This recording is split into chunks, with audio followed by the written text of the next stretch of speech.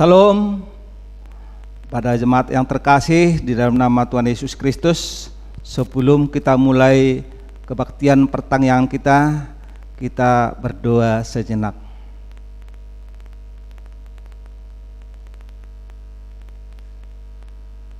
Amin.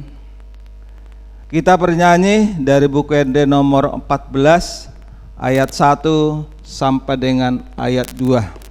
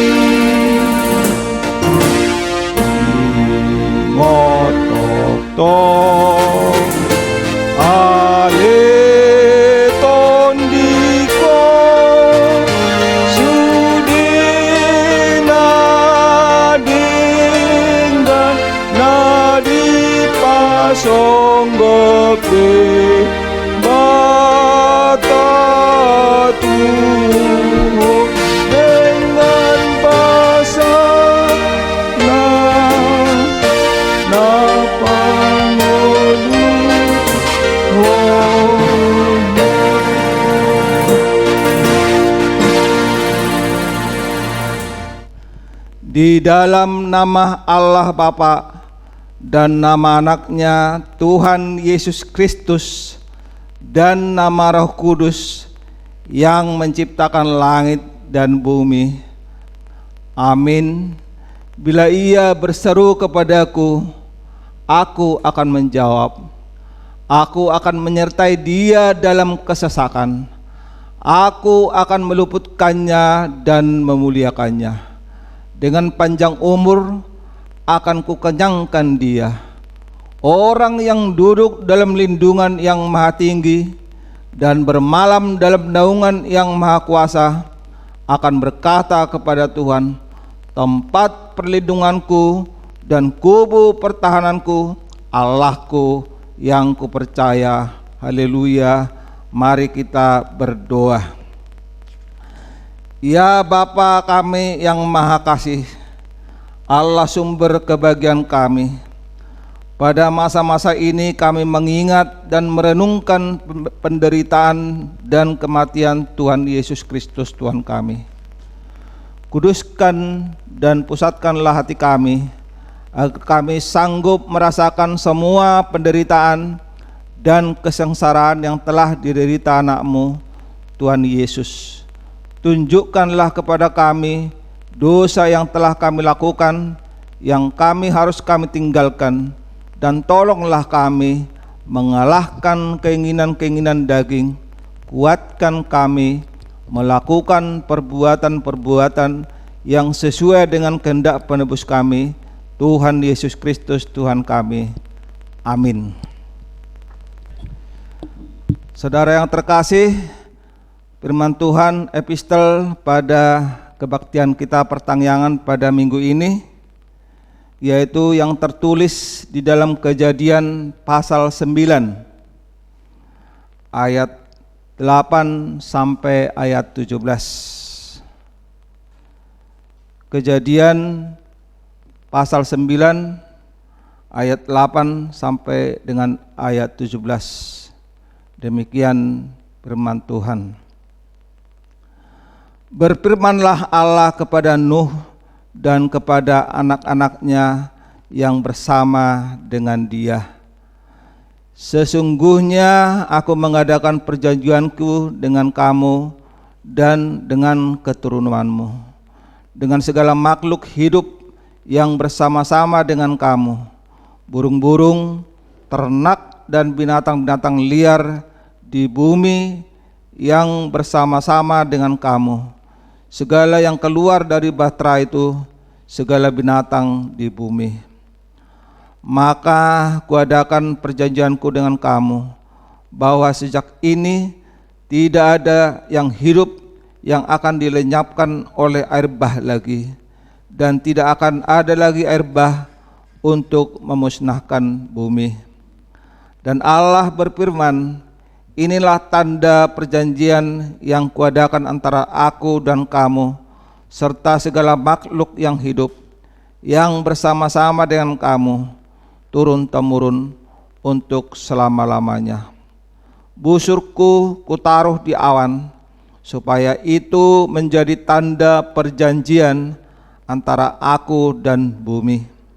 Apabila kemudian kudatangkan awan di atas bumi, dan busur itu tampak di awan, maka aku akan mengingat perjanjianku yang telah ada antara aku dan kamu, serta segala makhluk yang hidup, segala yang bernyawa, sehingga segenap air tidak lagi menjadi air bah untuk memusnahkan segala yang hidup.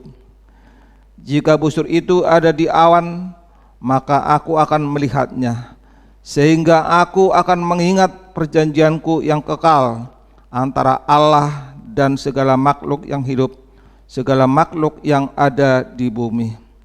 Berfirmanlah Allah kepada Nuh, inilah tanda perjanjian yang kuadakan antara aku dan segala makhluk yang ada di bumi.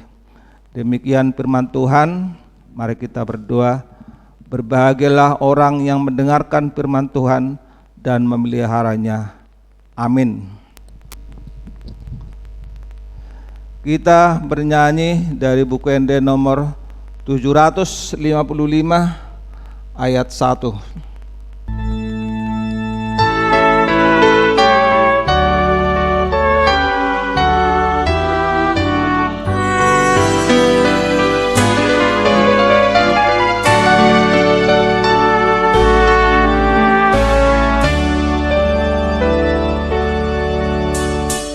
Hapusan ho Tuhan, ho tolongmu, Tirohai rohanang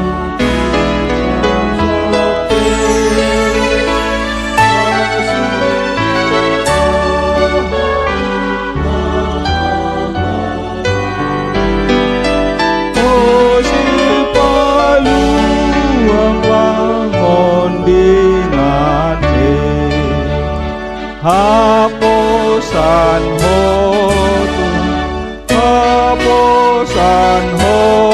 Tuhan, dengan masoho asini rohan, nasanari kot dia di parade, tum alani asin doi sudi.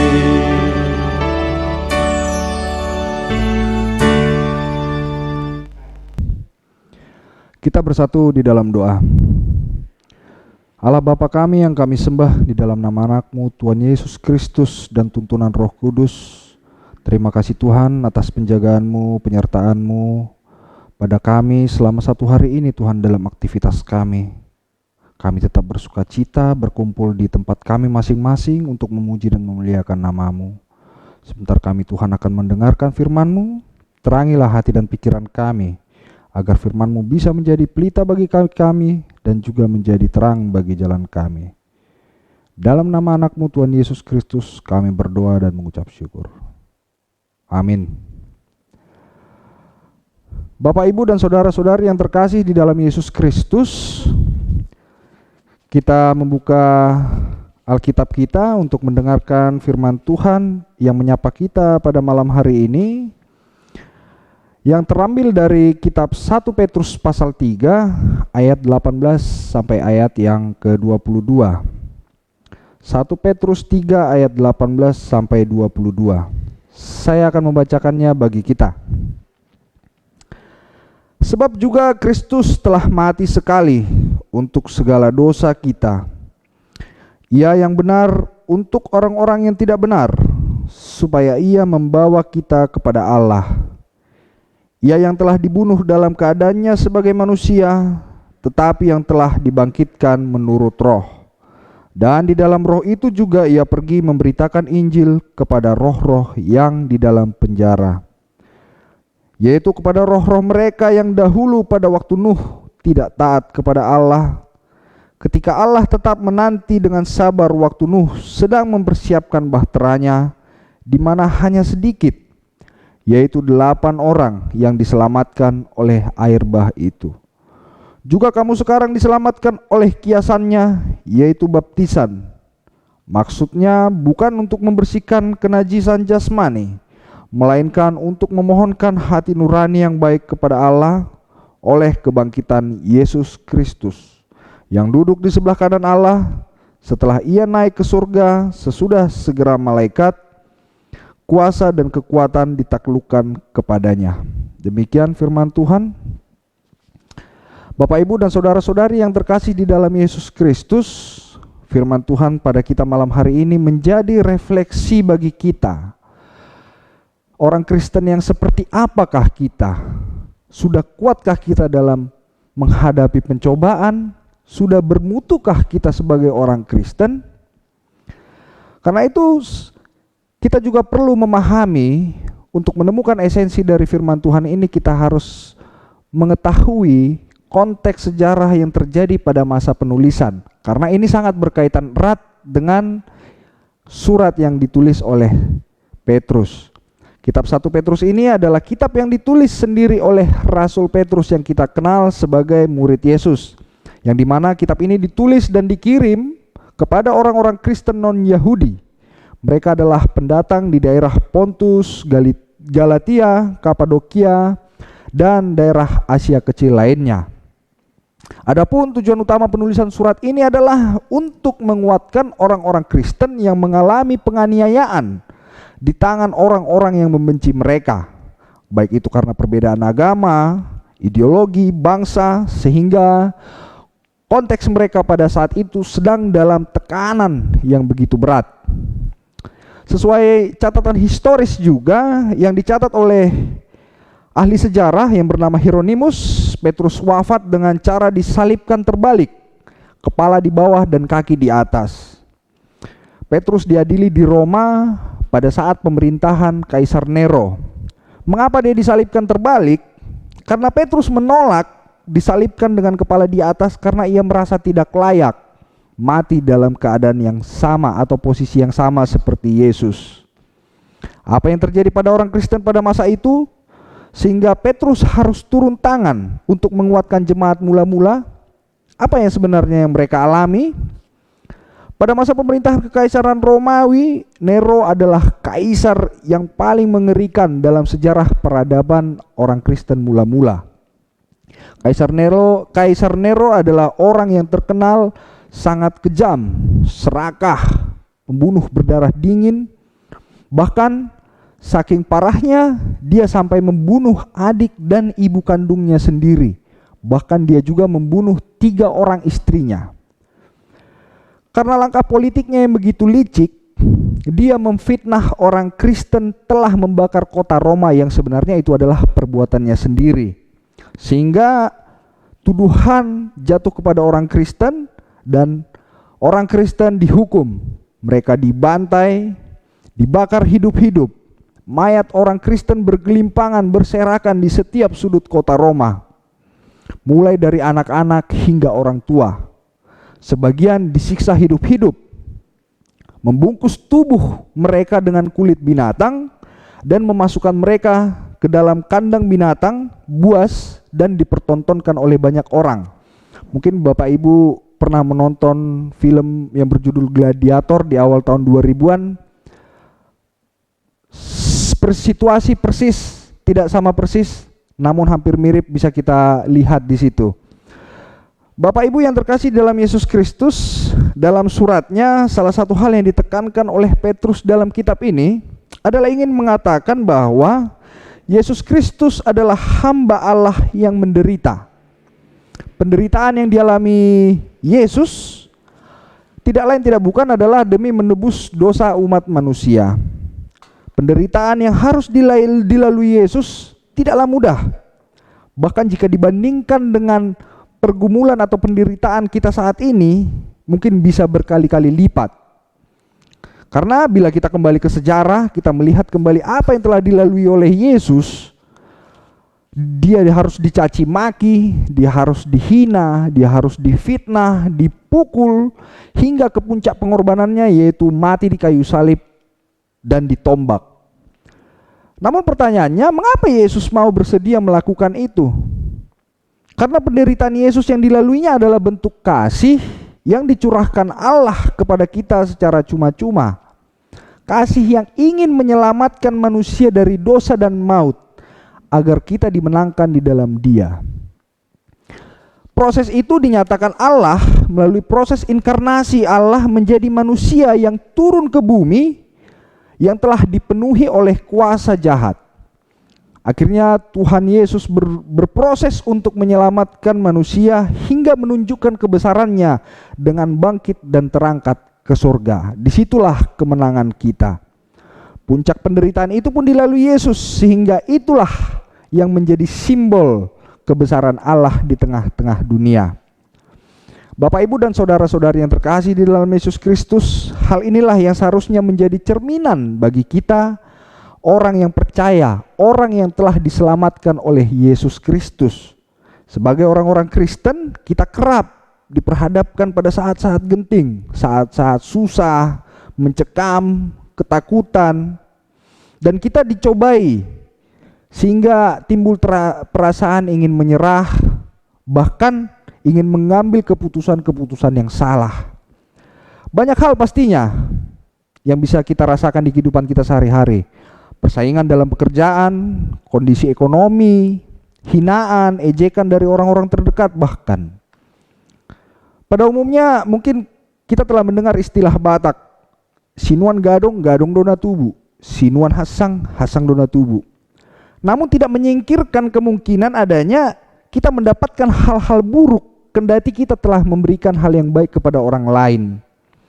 Namun kita sebagai orang Kristen harus tetap konsisten untuk melakukan dan memberikan yang terbaik untuk sesama kita sebagai bentuk pertanggungjawaban kita atas keselamatan yang telah kita dapatkan dari Allah. Lebih baik kita menderita demi kebenaran daripada mengadakan kompromi kepada dosa. Karena itu kita harus menunjukkan sikap yang berbeda dari apa-apa hal buruk yang kita dapatkan. Sikap yang berbeda. Kenapa? Karena itulah yang dicerminkan Tuhan Yesus kepada kita, yang dicitrakan Tuhan Yesus kepada kita. Karena Yesus juga menunjukkan sikap yang berbeda atas apa yang telah Dia diterima. Hinaan, cobaan, sindiran Dia dapatkan dari kaum-kaum Farisi dan ahli-ahli Taurat. Yesus menunjukkan sikap yang berbeda dengan kasih dalam pikiran, perkataan, dan perbuatan. Sehingga cerminan itulah yang harus kita perjuangkan dan kita terapkan dalam kehidupan kita. Namun apabila kita memang berpikirkan secara rasional, sampai kapan kita harus terus memaafkan? Sampai kapan kita harus terus menderita? Sampai kapan kita harus terus menerima keadaan sulit? Namun orientasi orang Kristen yang benar bukan lagi pada pertanyaan-pertanyaan yang demikian. Namun kita harus merenungi dan meminta kekuatan dari Tuhan untuk memampukan diri kita tetap setia dalam iman kita. Karena dengan iman yang tulus dan sejati, kita pasti secara otomatis dimampukan untuk melalui kondisi-kondisi sulit dan menjawab pertanyaan-pertanyaan yang muncul di dalam benak kita.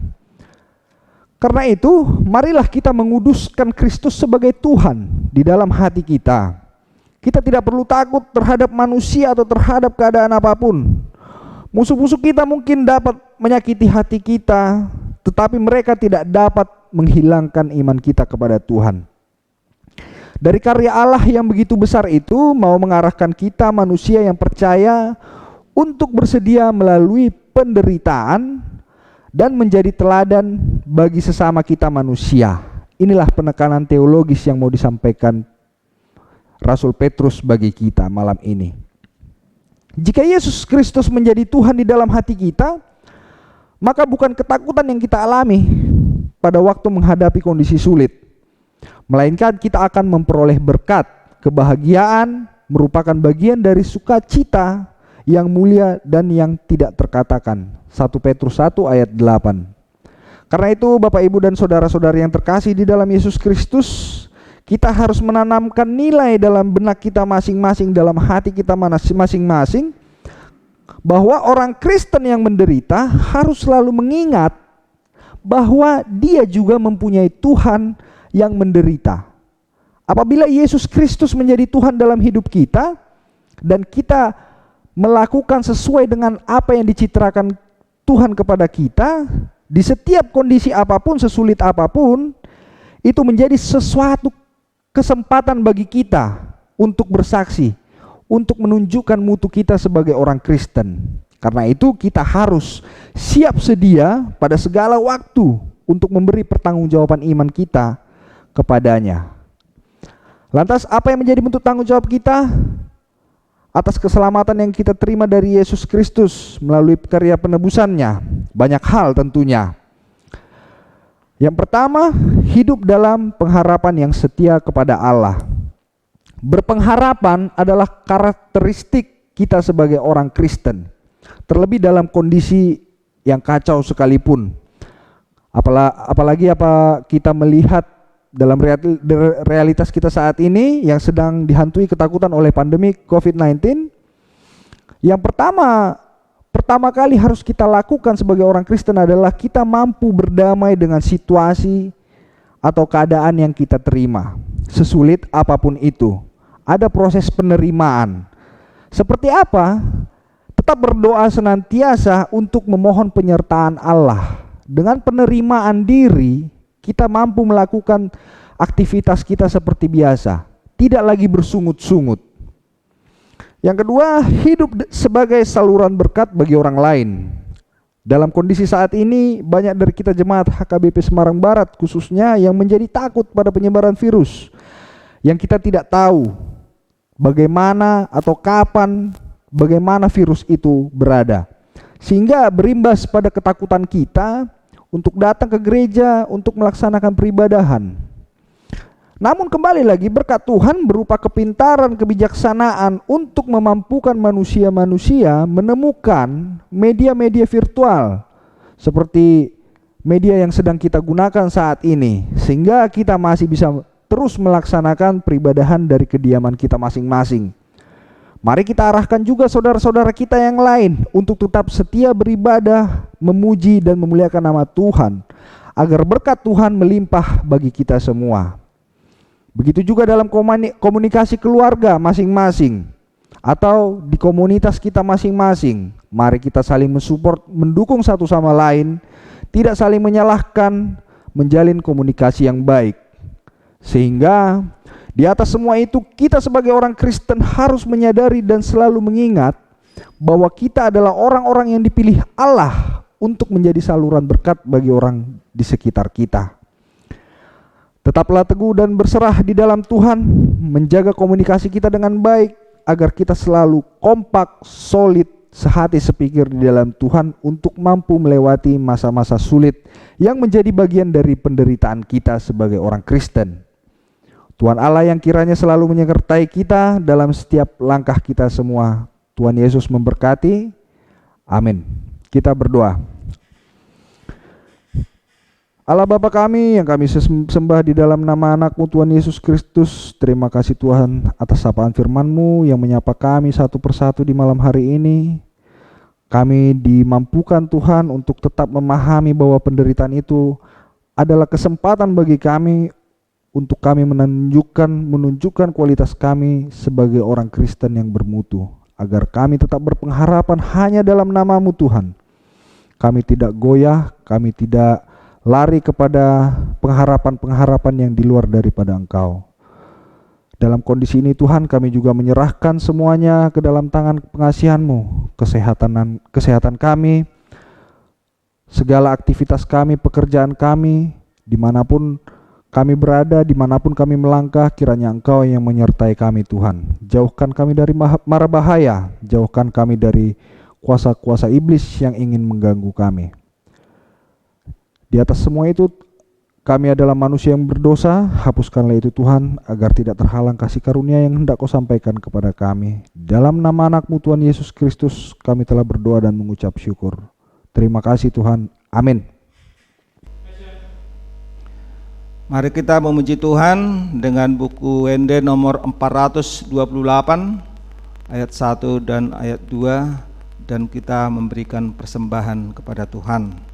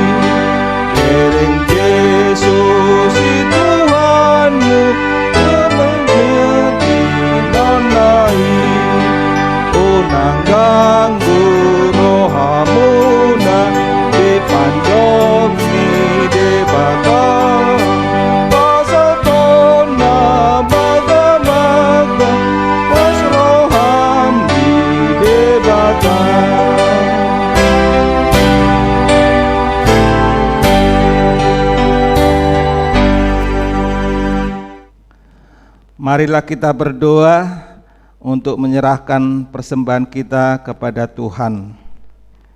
Ya Allah Bapa kami yang di surga, kami mengaku bahwa Tuhan adalah sumber dari segala karunia yang melimpah dalam kehidupan kami masing-masing.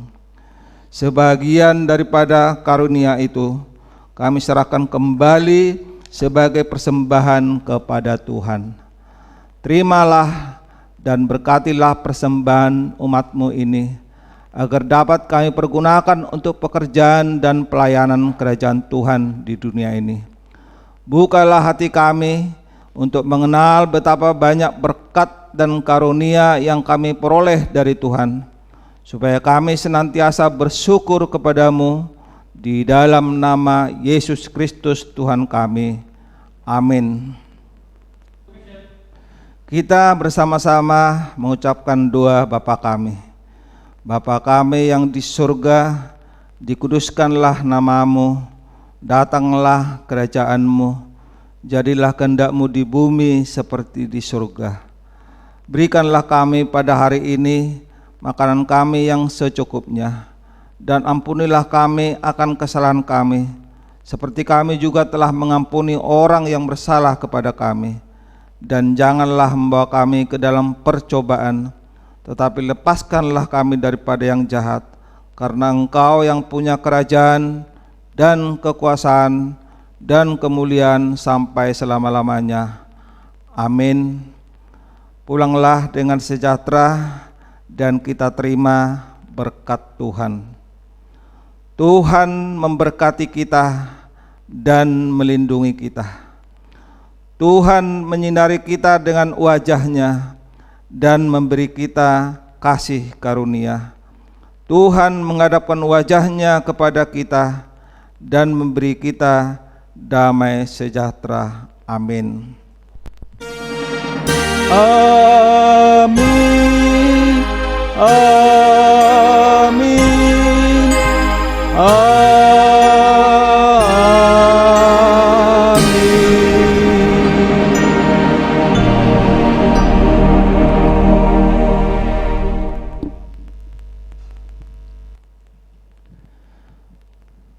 Selamat malam, salam sehat, Tuhan memberkati.